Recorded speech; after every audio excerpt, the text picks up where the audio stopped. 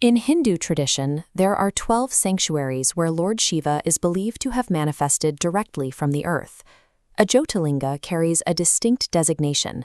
Unlike a shrine where a deity is ritually installed, a Jyotirlinga is considered self-manifested, a direct transmission of energy from the earth, requiring no human consecration.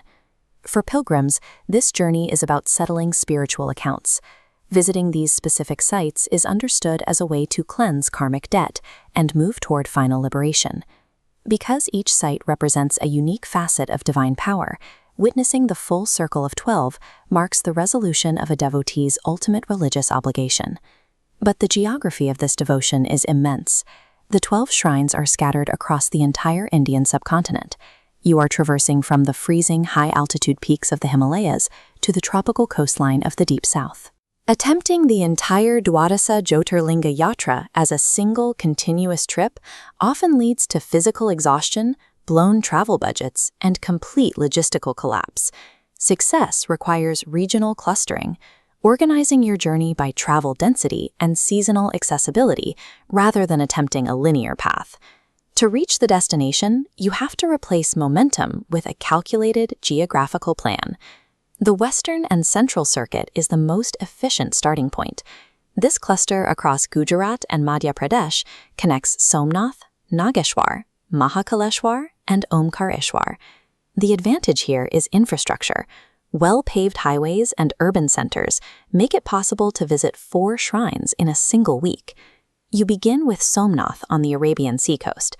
As the oldest of the 12, it survived multiple historical invasions and reconstructions over several centuries.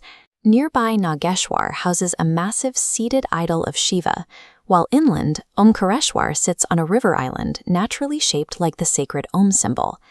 The circuit peaks at Mahakaleshwar.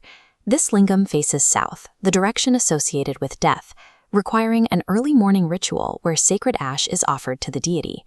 The trade-off here is heavy volume. Expect massive tourist crowds and hours of waiting in line. For those who can tolerate the crowds, this cluster provides the highest degree of safety and travel ease for a first-time pilgrim. The Maharashtra circuit shifts away from urban convenience toward rugged regional geography and architectural history. At Trimbakeshwar, the source of the Godavari River, the linga is unique for its 3 faces. It is slowly eroding from continuous water offerings, serving as a physical reminder of impermanence. Further east is Krishneshwar, built in a medieval South Indian style and located near the UNESCO-protected Ellora Caves. The preservation of these sites is largely the legacy of Queen Ahilyabai Holkar, who funded massive historical restorations to bring these ancient structures back. Reaching Bhimashankar requires a different kind of effort, traveling deep into the Borgiri forest to the origin of the Bhima River. Travel here involves navigating winding mountain roads and unpredictable weather, with limited luxury accommodations. This circuit is designed for pilgrims who value architectural heritage and regional character over modern comforts. The final grouping consists of the geographically isolated shrines that anchor the north, east, and south of the country. In the Garhwal Himalayas, Kedarnath sits at nearly 12,000 feet.